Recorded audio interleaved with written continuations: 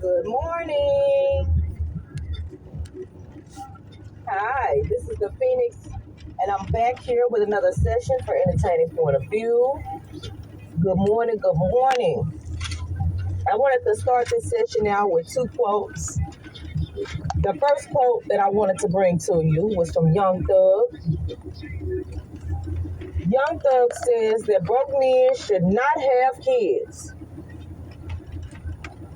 And men, before y'all get offended,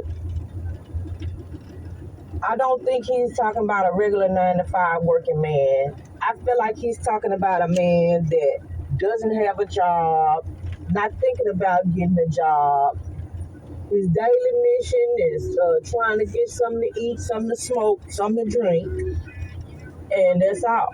I think unmotivated men should not have children.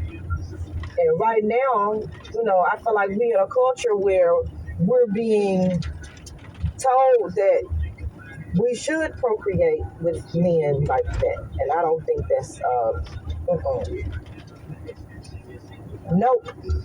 The second quote I wanted to bring to you is about bragging.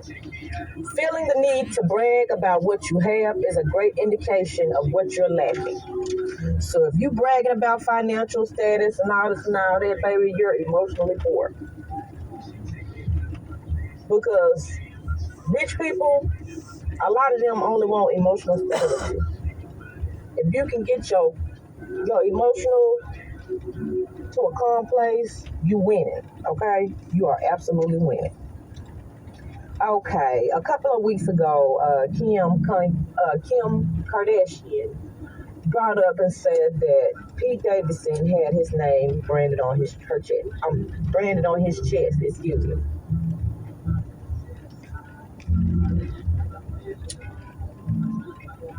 And if you're not familiar with branding, that's what they did to African Americans during slavery, where they took the hot metal rod and dipped it in the hot coals and got it all hot, and then they poked you with it.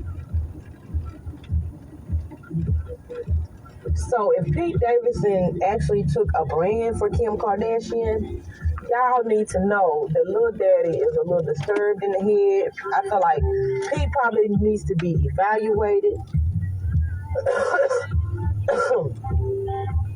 And I'm not saying that he's not a good person. What I'm saying is that he may have some underlying mental disorders.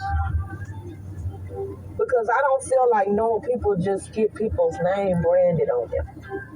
And now he's alleged to have Kanye's kids' names tattooed on his neck. And the thing about that is, he and Kim are seeing each other. They are boyfriend and girlfriend. But I don't believe they're engaged yet, and I don't believe they're married yet. Now, if they had a secret wedding under the table or something like that, then we can all shut up and he can do what he want to do. But I don't really feel like he's truly afraid of Kanye. I feel that all of this is really to get to Kanye. I feel like Kanye is being set up to whoop Pete's ass for a payday. I honestly feel that. Because you don't mess with a person about their kids. You leave folks alone about their spouse, their money, and their kids. I feel like bringing the kids into this situation should have been off limits. Just simply because he hasn't been involved in their lives long enough to say that he's going to be there for the long run. Yes. And also, Kim needs to be aware of messages that she could be sending her kids with all of this. Kids see a lot more than what they say, okay? And also, all of this is probably making their co-parenting situation hell. Just because Kanye probably didn't never see himself being an ex-husband and a stepdad stepping into the picture.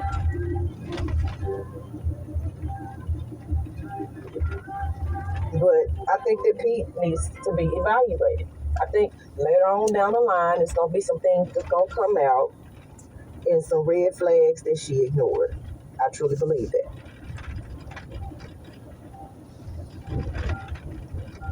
Good sex will make you ignore red flags. Good finances will make you ignore red flags. Good looks will make you ignore red flags. Loneliness will make you ignore red flags. And wanting it to work out so bad will make you ignore red flags. And also, in this situation, where don't get caught up where you want revenge so bad that you don't look at the big picture, the message that you're sending your children. And also, don't sacrifice your own self-respect to feel like, oh, well, you got your lick back. Because when your spouse goes public with someone else, it can be embarrassing. I know Kim was embarrassed as hell that Kanye came out with not one woman, but two women. The little Shady, Shady Jones. I think she was the Kim K lookalike, and Julia Fox. So,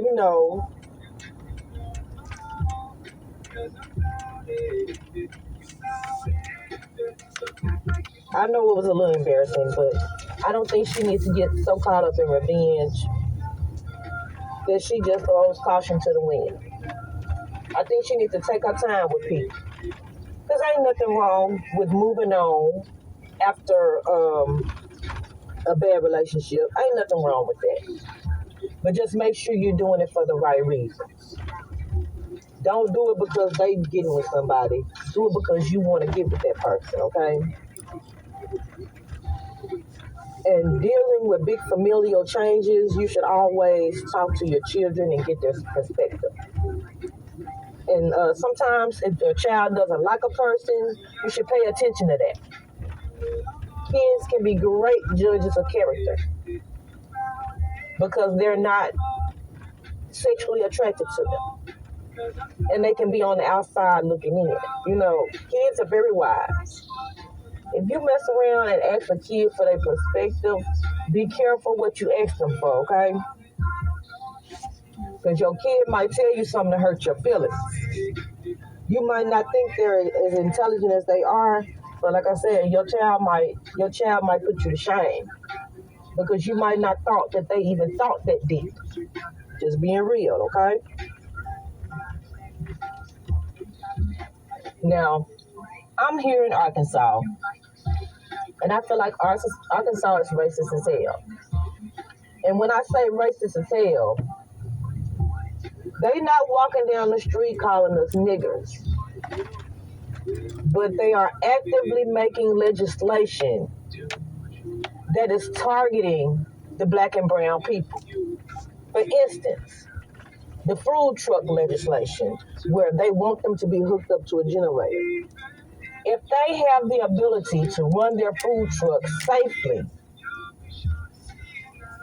and as manufactured, the city has no business coming up with ordinances to put restrictions on their power source.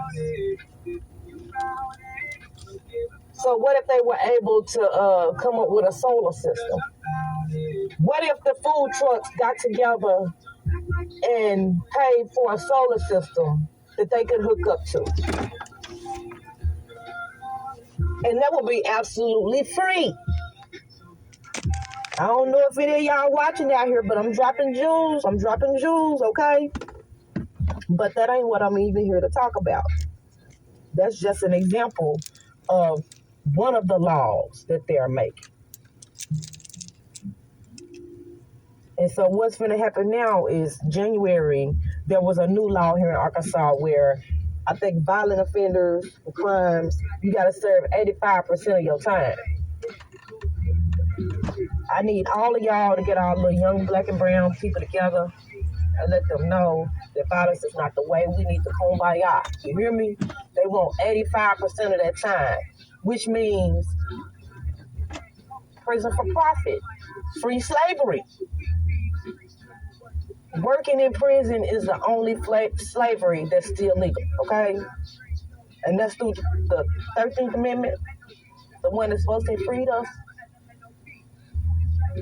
Okay, but that's neither here nor there. But Arkansas is racist as hell.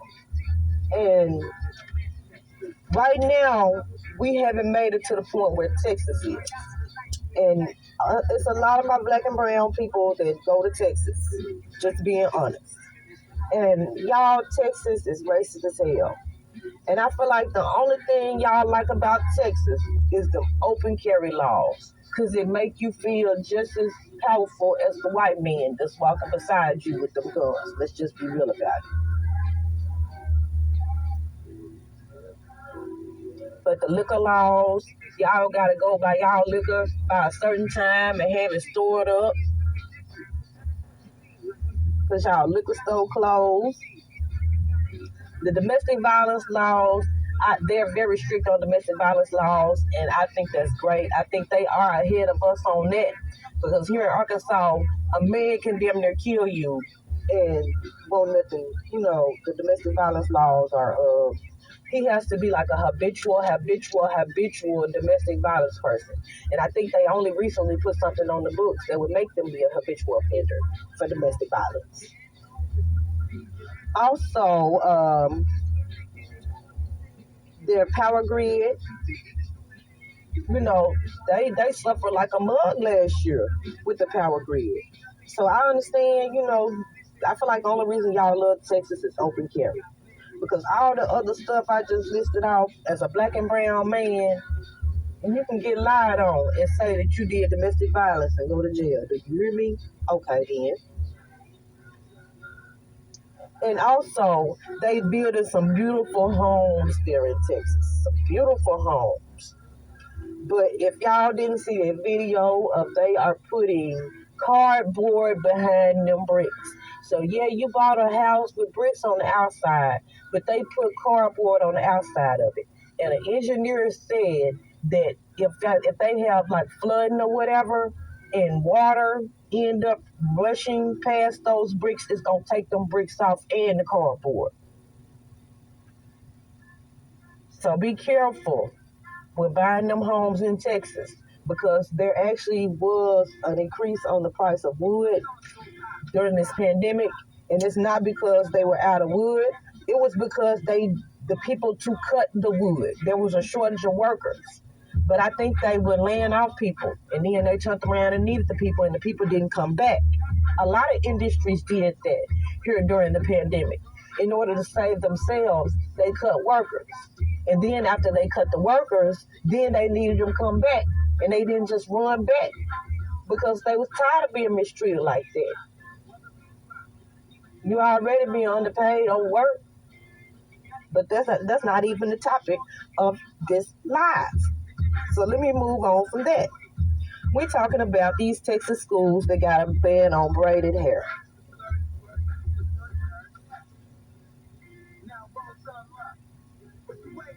Make it make sense.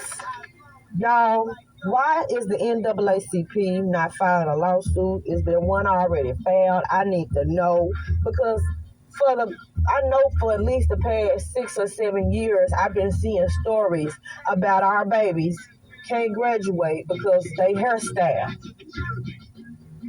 Beautiful GPAs, scholarships, but they can't graduate because of their hairstyle. How is it American to outlaw me from school because of my heritage? Cornrows and locks are our heritage. You cannot Europeanize us and then hold it against us. We have had inventors to create perms. They got perms. They perming the roots of our hair and making our hair. We straightening out the coils of our hair to fit in through a chemical process that is killing our women, giving us cancer.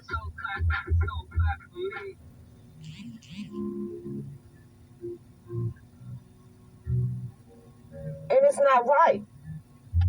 And this is something needs to be done. These babies, they messing with these babies' education. We can't outline thin lips and smelling like dog.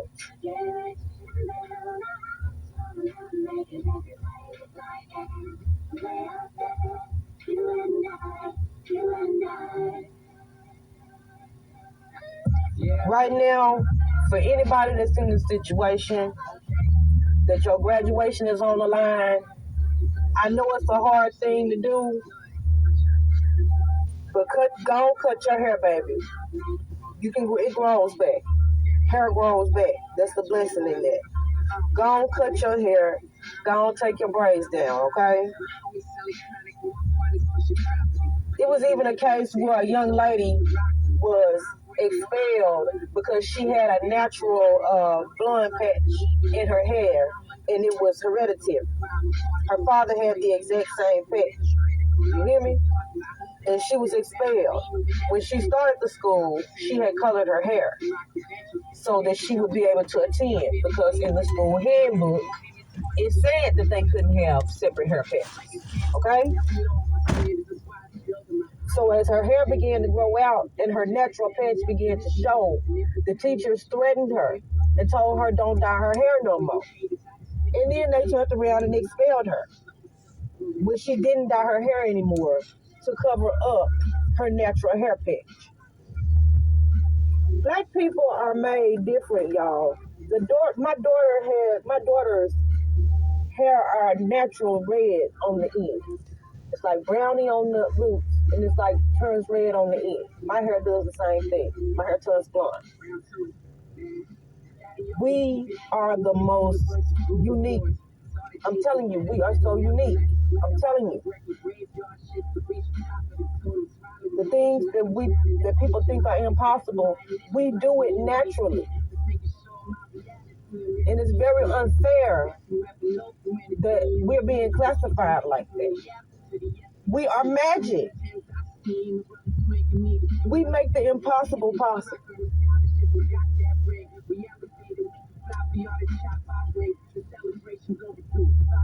I stand with the Texas students,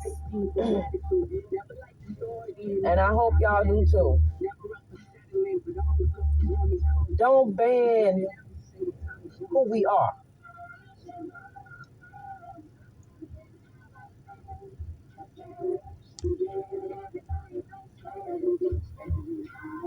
Love and peace.